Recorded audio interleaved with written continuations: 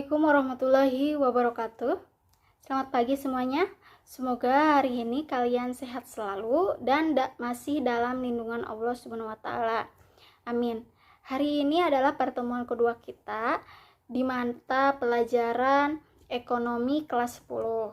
Semoga kalian semangat selalu dalam memulai hari dan memulai pembelajaran hari ini. Karena untuk pembelajaran hari ini atau pembahasan hari ini kita akan melanjutkan materi tentang permintaan dan penawaran. Tapi sebelumnya mari kita berdoa terlebih dahulu. Berdoa dalam hati dimulai.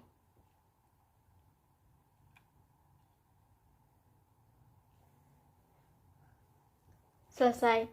Selanjutnya Ibu akan menyampaikan tujuan dari pembelajaran terlebih dahulu, di mana Ibu mengharapkan anak-anak sekalian ini nantinya akan dapat menganalisis kurva permintaan dan penawaran, menganalisis pergerakan di sepanjang kurva permintaan dan pergeseran kurva permintaan dan penawaran, dan juga dapat menjelaskan proses terbentuknya keseimbangan pasar. Nah, ini adalah materi atau pembahasan yang akan Ibu sampaikan hari ini. Nah, untuk itu, dalam materi pembelajaran hari ini, Ibu mengharapkan kalian bisa lebih menyimak dan jangan di-skip-skip ya. Karena jika kalian tidak serius dalam menyimaknya, Ibu takutkan kalian akan tidak mengerti tentang apa yang Ibu sampaikan kepada kalian. Karena untuk pembahasan hari ini agak sedikit membingungkan. Untuk itu, jangan di-skip videonya dan untuk menyimak dengan baik. Nah, jika membahas mengenai permintaan dan penawaran, Ibu di pertemuan pertama sudah menjelaskan mengenai pengertian permintaan dan penawaran, juga ada faktor dan fungsi permintaan dan penawaran, dan juga mengenai hukum permintaan dan penawaran. Nah, di hukum permintaan dan penawaran ini ada hukum permintaan dan hukum penawaran.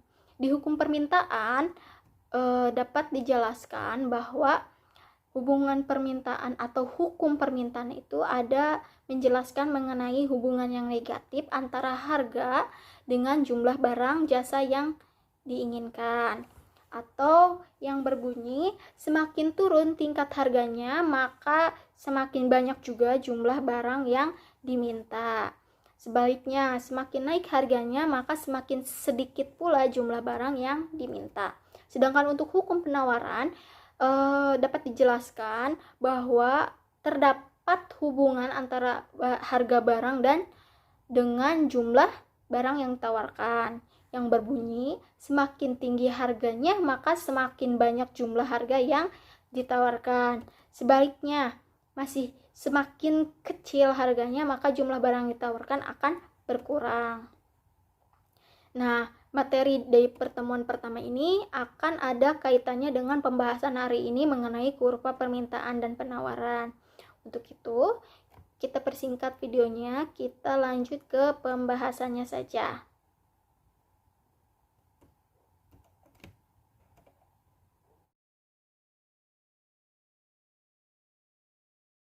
Pernahkah Anda bertanya, kenapa ya harga semangkok mie bakso adalah X rupiah? Kenapa juga harga sendal jepit Anda itu Y rupiah? Atau mengapa sih harga tiket masuk bioskop sebesar Z rupiah? Sebenarnya, dari mana sih datangnya harga itu? Dari sekian banyak faktor yang mempengaruhi harga, kali ini kita akan membahas salah satunya, yaitu hukum permintaan dan penawaran. Pernahkah Anda mendengarnya? Secara umum, istilah permintaan bisa diartikan sebagai jumlah barang atau jasa yang diinginkan atau dibutuhkan oleh pelanggan. Sedangkan istilah penawaran diartikan sebagai jumlah barang atau jasa yang tersedia di pasar. Lalu, maksudnya hukum permintaan dan penawaran itu apa? Kira-kira contoh sederhananya seperti ini. Misalnya Anda bayangkan diri Anda sebagai penjual susu murni. Dengan mempertimbangkan berbagai ongkos dan keuntungan yang ingin Anda peroleh, anggap saja Anda menjualnya dengan harga Rp5.000. Orang-orang mulai berdatangan membeli susu murni di kedai Anda. Dari anak sekolahan, ibu-ibu arisan, sampai bapak-bapak yang hobinya badminton. Namun, karena sudah habis terjual, orang-orang jadi pindah mencari susu murni ke kedai pesaing Anda. Wah, ternyata pesaing Anda pasang harga di 6.000 dan masih laku juga. Duh, coba kalau Anda nggak kehabisan susu murni. Anda pasti masih bisa jualan, bahkan menambah keuntungan Anda. Anda menghubungi supplier untuk menambah stok susu murni Anda ya? Nah, karena stok sudah tersedia, orang-orang mulai datang lagi ke kedai Anda kan? Permintaan susu murni ternyata sangat banyak ya. Ini jadi kesempatan Anda untuk terus mendapatkan keuntungan yang lebih banyak lagi.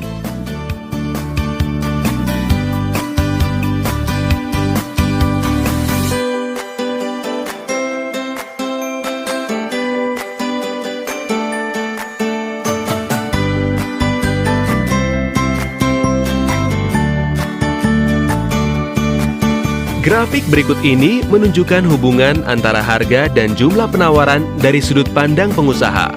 Semakin tinggi harga barang, para pengusaha akan terus menambah jumlah barang dagangan untuk mendapatkan keuntungan yang lebih banyak lagi. Hal ini biasa disebut sebagai kurva penawaran.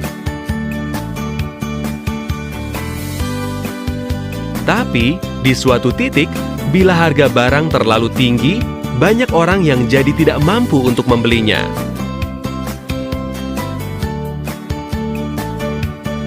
Dan dengan banyaknya jumlah persediaan barang yang ada, Anda malah jadi kelebihan stok.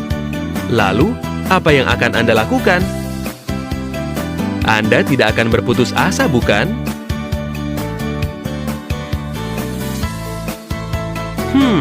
Sepertinya menjual dengan harga lebih murah lebih baik daripada tidak ada penjualan sama sekali, bukan?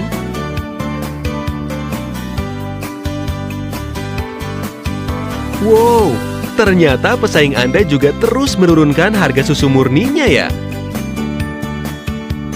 Karena penjualan Anda semakin banyak, persediaan susu murni Anda semakin sedikit. Berarti, saatnya untuk menambah stok susu murni Anda lagi nih.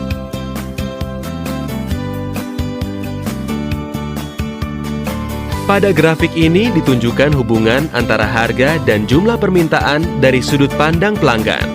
Semakin tinggi harga barang, semakin rendah permintaan karena semakin tidak terjangkau oleh para pelanggan. Tapi, bila harga barang semakin murah, permintaan akan terus bertambah. Hal ini biasa disebut sebagai kurva permintaan. Nah, apabila Anda bandingkan kurva permintaan pelanggan dengan kurva penawaran pengusaha, bisa Anda lihat arah keduanya yang saling berlawanan. Di satu sisi, para pelanggan ingin belanja dengan harga lebih murah. Di sisi lain, para pengusaha ingin mendapatkan keuntungan lebih banyak. Namun ada satu kondisi di mana keinginan pengusaha dan keinginan pelanggan saling bertemu, yaitu pada titik di mana kedua kurva saling berpotongan. Titik ini biasa disebut sebagai titik equilibrium atau titik keseimbangan harga. Hal ini menggambarkan kondisi di mana jumlah barang dan harga yang diinginkan oleh para pelanggan sesuai dengan jumlah barang dan harga yang ditawarkan oleh para pengusaha. Hehehe, sangat indah bukan?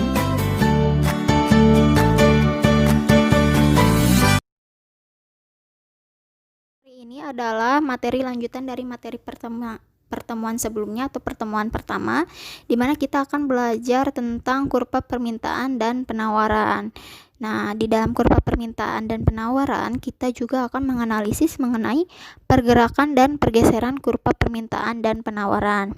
Dan yang terakhir, kita akan menjelaskan mengenai proses terbentuknya keseimbangan pasar. Kita mulai saja. Yang pertama adalah kurva permintaan. Nah, di kurva permintaan itu adalah kurva yang menggambarkan antara fungsi harga dan barang yang diminta. Di kurva permintaan ini nanti ada perubahan barang itu sendiri, di mana perubahan barang itu sendiri akan menyebabkan si kurva itu mengalami pergeseran di sepanjang kurva permintaan. Ingat, di dalam kurva permintaan itu nanti akan ada yang namanya pergeseran kurva itu sendiri, atau maksudnya pergerakan titik kurva itu sendiri. Dan kemudian yang kedua ada pergeseran kurva ke kanan dan ke kiri. Untuk penggambaran kurva itu sendiri bisa kita lihat. Nah, di sini ada dua kurva pertama dan kurva kedua. Untuk kurva pertama di sebelah kiri kita jelaskan terlebih dahulu. Kita ini mencari permintaan atau barang yang diminta ya. Kita jabarkan. Misalnya diperjualkan adalah barang A. Ketika harga barang A adalah P1, maka dia akan berada di titik B. Untuk keseimbangannya dan sebesar Q1 untuk barang yang dimintanya. Dan ketika barang itu naik menjadi P2, maka barang yang diminta akan berkurang sesuai dengan hukum permintaan ya, di mana barang yang diminta itu sedikit karena harganya sangat tinggi. Misalnya P1 berada di Q1 ketika P2 berada di Q2, atau kita sebut saja demand-nya atau permintaannya mengalami penurunan dari yang sebelumnya. Nah, hal inilah yang dimaksud dengan pergerakan titik di sepanjang kurva permintaan. Nah, faktor yang mempengaruhi pergerakan titik di sepanjang kurva permintaan itu juga adalah karena harga barang itu sendiri. Nah, sedangkan untuk kurva yang sebelah kanan atau kurva yang satu lagi itu kita jabarkan, misalkan masyarakat mengalami peningkatan pendapatan atau revenue. Ketika revenue meningkat atau maka demand-nya akan meningkat seperti yang sudah dibahas sebelumnya. Akan bergeser ke kanan jika terjadi kenaikan. Nah, atau kurva demand-nya bisa kita lihat di sini ada D2, D dan D1. Karena pendapatan masyarakat itu meningkat, maka si D itu akan bergeser ke D1. Jika pendapatan masyarakatnya menurun, maka si D-nya itu akan bergeser ke D1 seperti itu. Nah, di sini ada pergerakan kurva permintaan.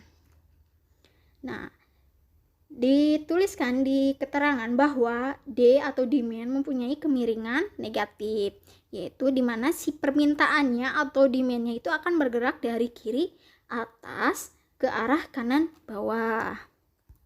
Selanjutnya kita akan langsung saja menjelaskan mengenai kurva penawaran.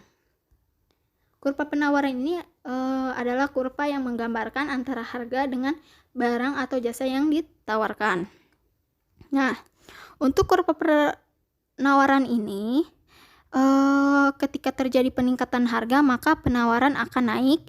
Nah, seperti yang kurva permintaan, yaitu si kurva penawaran ini ada fungsi harga dan barang yang ditawarkan. Nah, kita langsung saja ke penggambaran kurvanya. Di sini ada dua kurva. Yang pertama di sebelah kiri, kita langsung bahas saja. Misalnya di sini ada P1 dan Q1.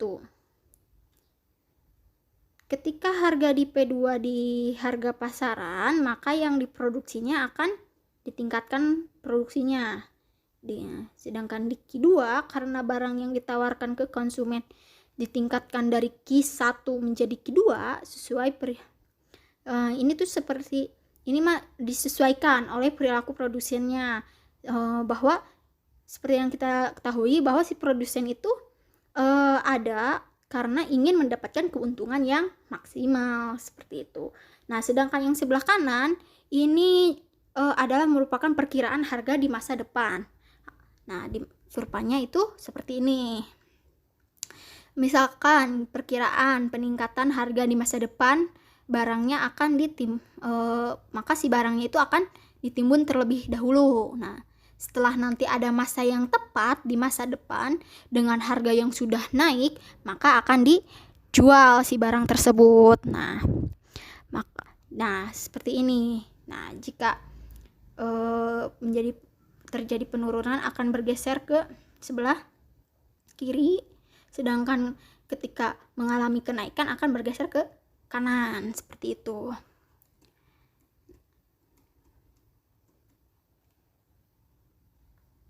Nah, di sini ada pergerakan kurva penawaran. Nah, di sini dijelaskan bahwa S atau supply mempunyai kemiringan positif, yaitu bergerak dari kiri bawah ke arah kanan atas. Nah, kita langsung saja ke materi selanjutnya, yaitu mengenai proses terbentuknya keseimbangan pasar. Nah, proses terbentuknya keseimbangan pasar ini bisa diartikan menjadi dua. Yang pertama adalah keseimbangan pasar atau harga equilibrium, di mana adalah harga kesepakatan yang terbentuk dari tawar-menawar antara penjual dan pembeli, sehingga nanti akan tercipta yang namanya keseimbangan pasar.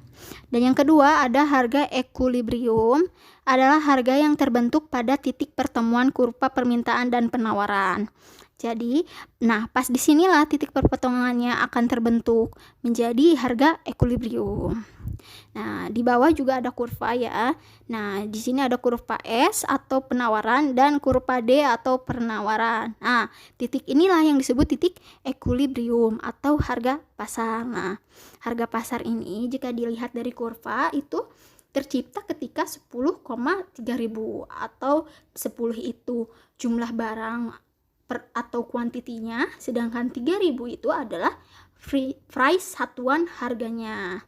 Nah, bagaimana menentukan harga equilibrium itu? Nah, jadi untuk menentukan harganya itu dapat dihitung dari fungsi harga permintaan dan harga penawaran. Nah, dengan rumus QD sama dengan QS.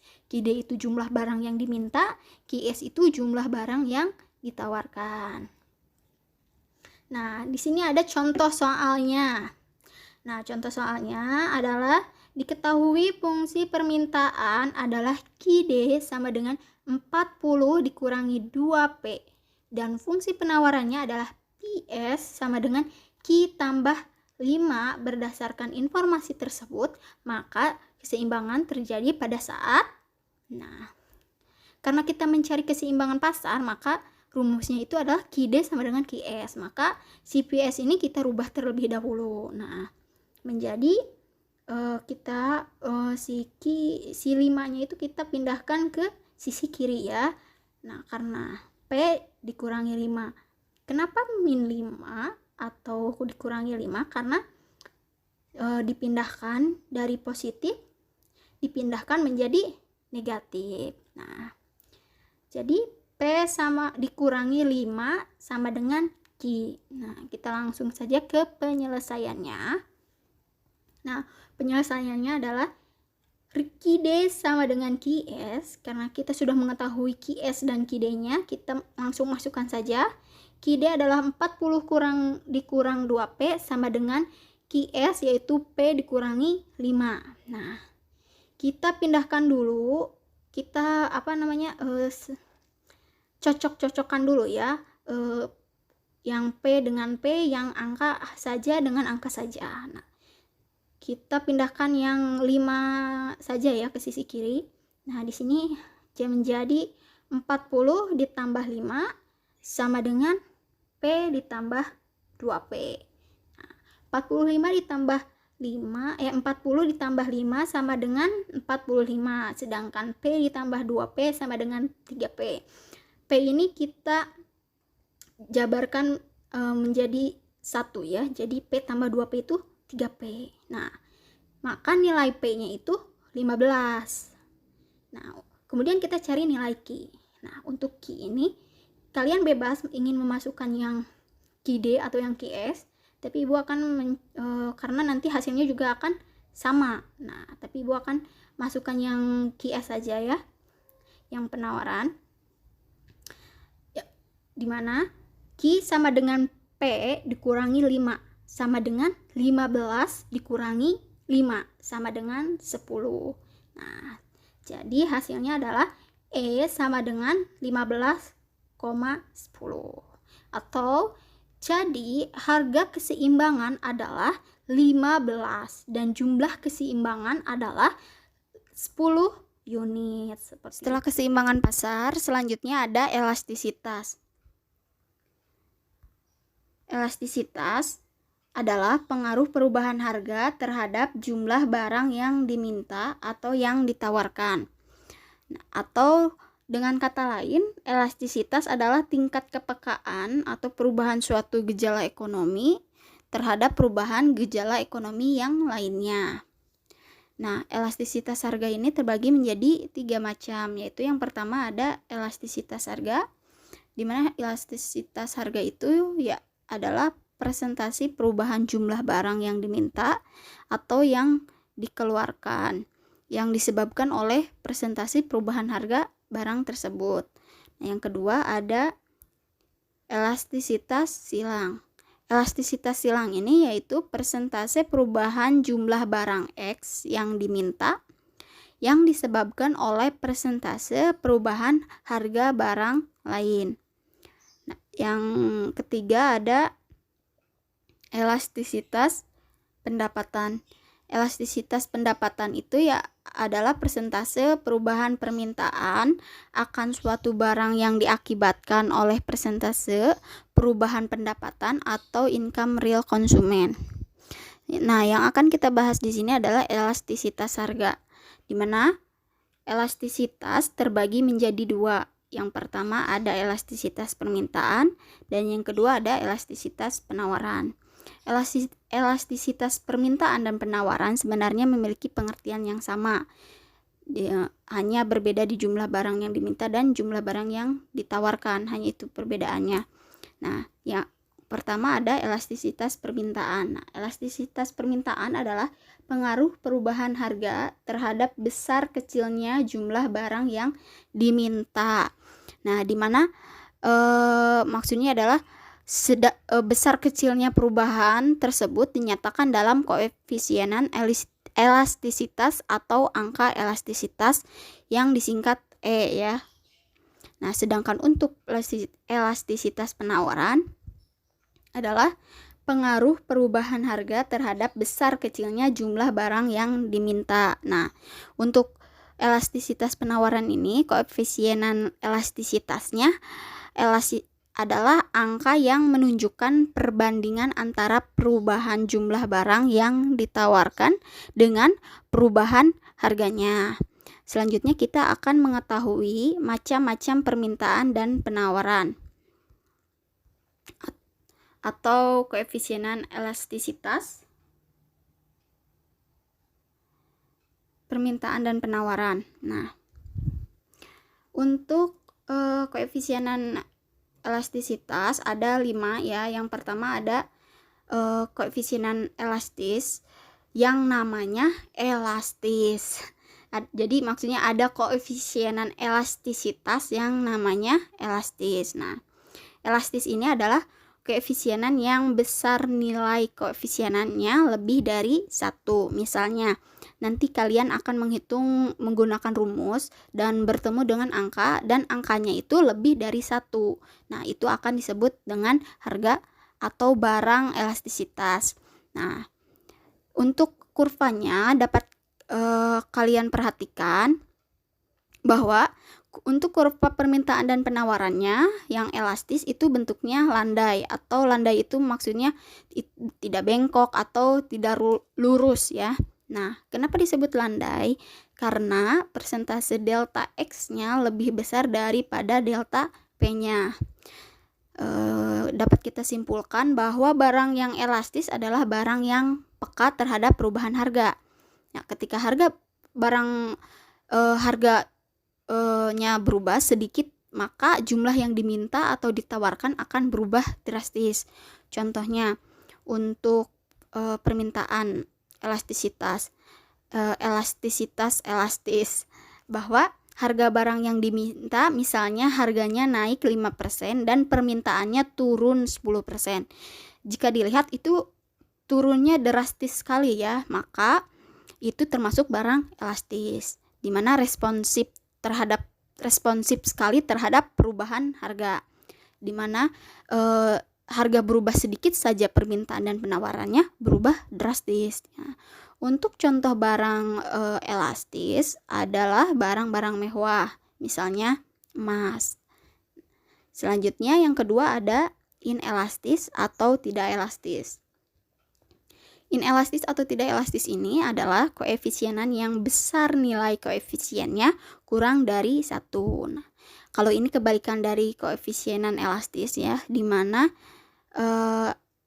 jenis barang di sini itu ketika harganya berubah dia tidak akan terlalu responsif. Nah, jika dilihat untuk kurvanya juga inelastis, dia cenderung curam. Kenapa cenderung curam? Karena presentase delta P-nya lebih besar dari delta Q, sehingga bentuknya curam baik untuk permintaan dan penawaran. Untuk contoh barangnya biasanya barang-barang pokok. Kenapa barang-barang pokok termasuk ke contoh barang inelastis? Karena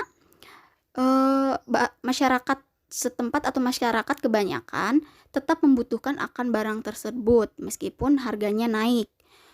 Tapi mungkin ada terjadi penurunan permintaan dan penawaran, tetapi tidak akan terlalu drastis penurunannya. Nah, selanjutnya yang ketiga ada uniter atau normal elastis. Nah, ini seperti perbandingan atau tengah-tengah antara elastis dan elastis, dan untuk koefisienannya juga sama dengan 1. Nah, karena untuk persentase uniter itu delta Q-nya itu sama dengan delta P. Nah, misalnya ketika harga naik 5%, maka permintaan dan penawarannya juga akan turun 5%. Dan untuk kurvanya juga berbentuk tidak landai dan juga tidak curam, tengah-tengah ya, karena sama nilainya. Untuk contohnya biasanya itu tidak berlaku mutlak, tapi ada yang mengatakan bahwa elektronik itu termasuk norma uniter, tapi kalau dilihat itu lebih ke termasuk barang elastis dan inelastis ya. Selanjutnya ada elastisitas sempurna. Nah, elastis sempurna koefisiennya itu tak hingga. Ya, jika dilihat di kurvanya, baik kurva permintaan dan penawarannya itu bentuknya lebih ke horizontal. Nah, kalau yang horizontal itu, maka yang berubahnya itu adalah Q-nya, tapi P-nya tidak berubah. Nah, artinya berapapun barang yang diminta dan ditawarkan, harganya cenderung tetap. Dan untuk contoh barangnya juga sama seperti uniter, yaitu tidak berlaku mutlak. Tetapi contoh yang biasa dipakai di elastis sempurna ini, contohnya adalah bumbu dapur. Nah, yang terakhir adalah inelastis sempurna. Inelastis sempurna itu koefisiennya sama dengan 0. Dan jika dilihat dari bentuk kurvanya, dia cenderung vertikal ya. Nah, ini merupakan kebalikan dari kurva elastisitas sempurna, di mana berapapun harga barang tersebut, maka permintaan dan penawarannya tidak akan berubah atau tetap seperti itu. Yang biasa dicontohkan untuk barang inelastis sempurna itu yang sangat mendekati itu biasanya obat ya, karena untuk obat itu sendiri mau dijual mahal atau murah, permintaannya akan disesuaikan dengan dosis orang yang sakit, seperti itu. Untuk selanjutnya di sini ada rumus elastisitas permintaan. Di mana? Nah, rumusnya seperti ini. Sebenarnya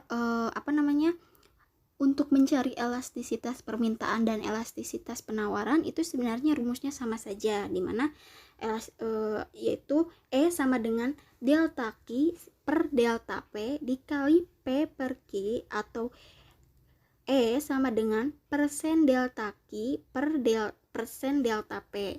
Nah, dimana untuk keterangannya sendiri itu adalah delta Q sama dengan perubahan jumlah permintaan, sedangkan delta P sama dengan perubahan harga barang. Nah, P adalah harga mula-mula dan Q adalah jumlah permintaan mula-mula. Nah, untuk E-nya itu tentunya itu adalah elastisitas permintaan atau elastisitas penawaran. Nah, kita lanjut. Di sini ada contoh soalnya. Contoh soalnya adalah pada saat harga 400 dan jumlah barang yang diminta 300 unit, maka kemudian harganya mengalami penurunan menjadi 360. Nah, maka jumlah barang yang diminta juga adalah 60 unit.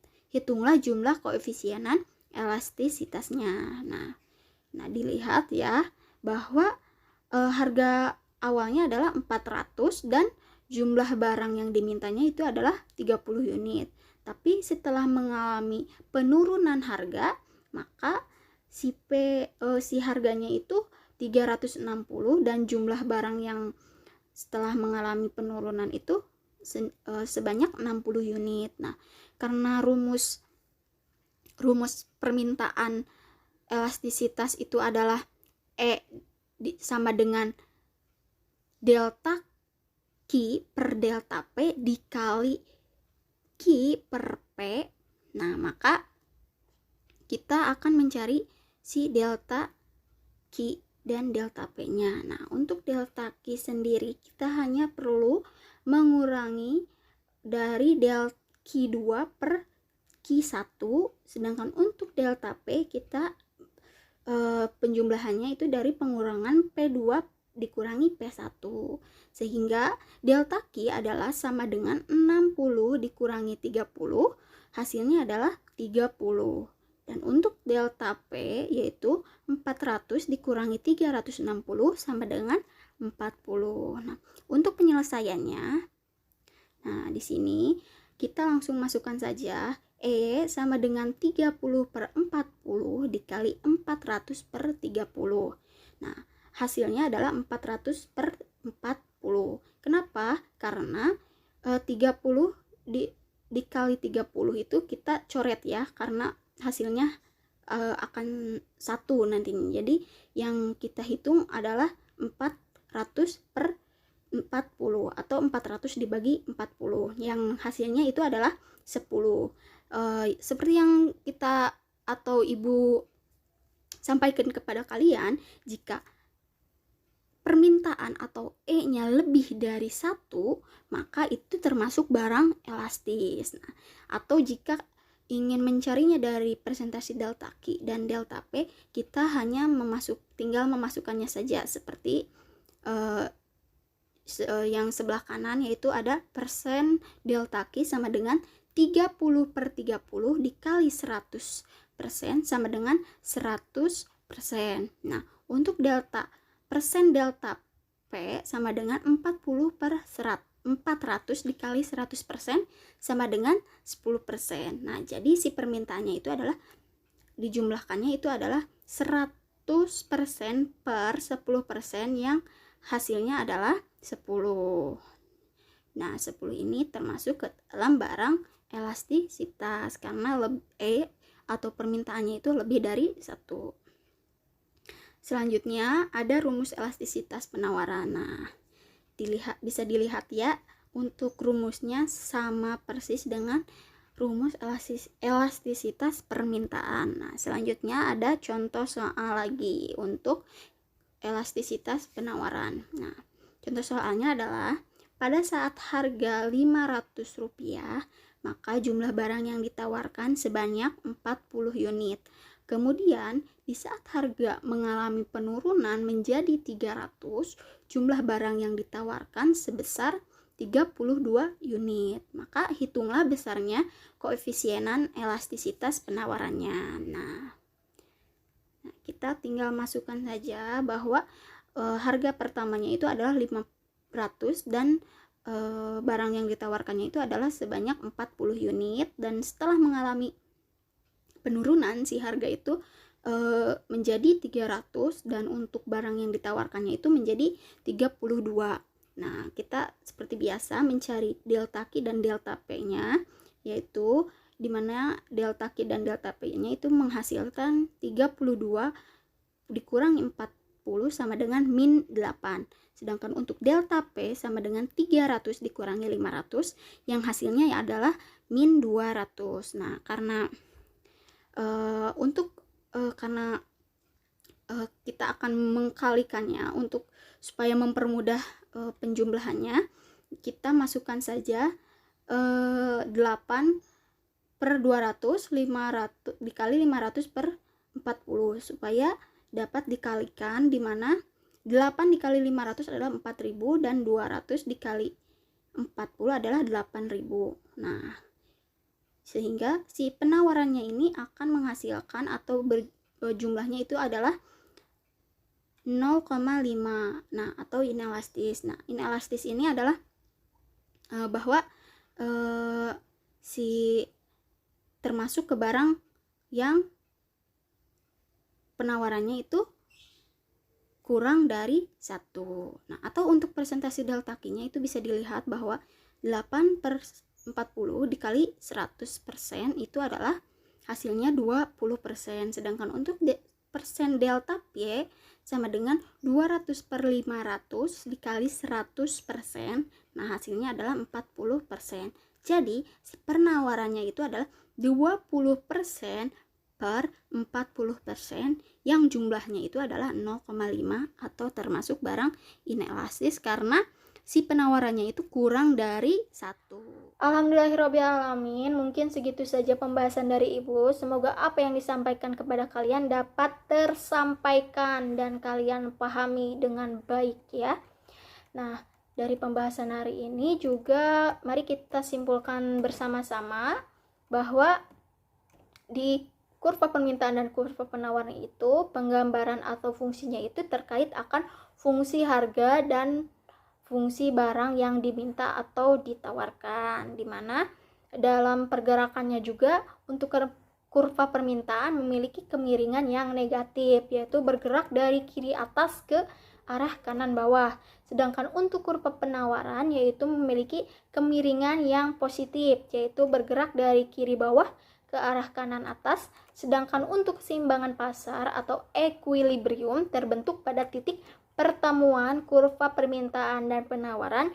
Juga bisa dikatakan bahwa kurva permintaan ini bahwa keseimbangan pasar atau equilibrium ini merupakan harga kesepakatan yang terbentuk dari tawar-menawar antara penjual dan pembeli. Nah, sekian. Nah, segitu saja kesimpulannya. Semoga kalian memahaminya ya. Nah, selanjutnya Ibu juga akan menyampaikan bahwa jika ada yang masih belum dimengerti, silahkan tanyakan kepada Ibu. Jangan takut untuk bertanya, karena bertanya untuk kebaikan kalian jatuhnya tidak merugikan diri sendiri dan tentunya tidak merugikan ke banyak orang. Dan selanjutnya juga Ibu ingatkan untuk jangan lupa mengisi evaluasiannya, karena dilihat dari evaluasi yang Ibu berikan kepada kalian di pertemuan pertama itu banyak sekali dari kalian yang tidak mengerjakan. Untuk itu jika ada kendala atau apapun, komunikasikan ke Ibu ya, karena di kelas daring ini komunikasi adalah hal yang sangat utama bagi guru dan siswa. Jika kalian tidak mengatakan atau tidak mengatakan kepada Ibu mana tahu apa yang menghambat kalian untuk mengerjakan tugas. Apakah kalian tidak mengerti tentang soalnya atau tentang materinya atau apapun itu. Nah, untuk itu supaya kalian mengkomunikasikan atau mengabarkannya kepada Ibu, karena jika kalian mengabarkannya mungkin Ibu akan memberikan kelonggaran atau kelonggaran untuk pengumpulan tugasnya. Mungkin Ibu akan memberikan tenggat waktu yang lama atau memperpanjang tenggat waktu pengumpulannya. Nah, segitu saja videonya. Terima kasih sudah menyimak video pembelajaran hari ini. Yang memiliki kegiatan lain setelah pembelajaran hari ini, silahkan dilanjutkan aktivitasnya. Semoga kalian sehat selalu dan dalam lindungan Allah SWT. Sekian dari Ibu. Wassalamualaikum warahmatullahi wabarakatuh.